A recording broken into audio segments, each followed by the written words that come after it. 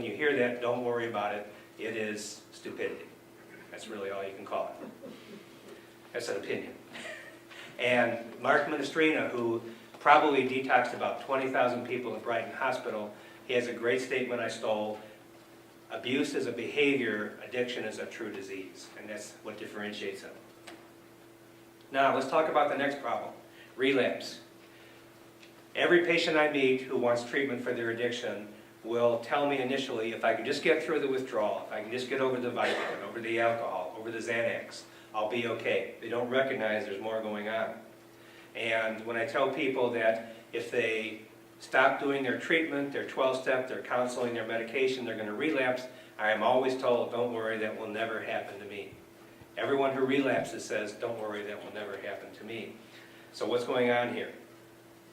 We know that there are three things that trigger relapse. One is the drug itself, or the behavior itself. The next is stress, and the third is cues, wet places and wet faces. And it turns out that we found out from animal studies what part of the brain that comes from. So these slides are not dark enough, but the drug-triggered relapse, and I know people who celebrate their 30-day chip by going out to the bar and having a beer, okay?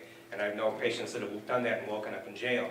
That was triggered by the ventral tegmental area releasing dopamine to your nucleus accumbens, and you're off to the races.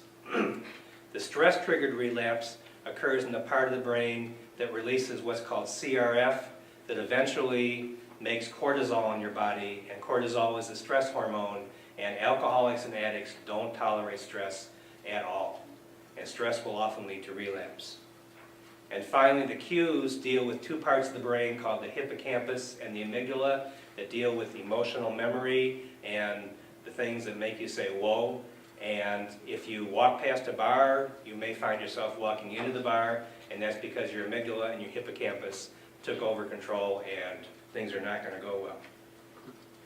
So just to reinforce what addiction is, as opposed to alcoholism or heroin addiction, what do you respond to?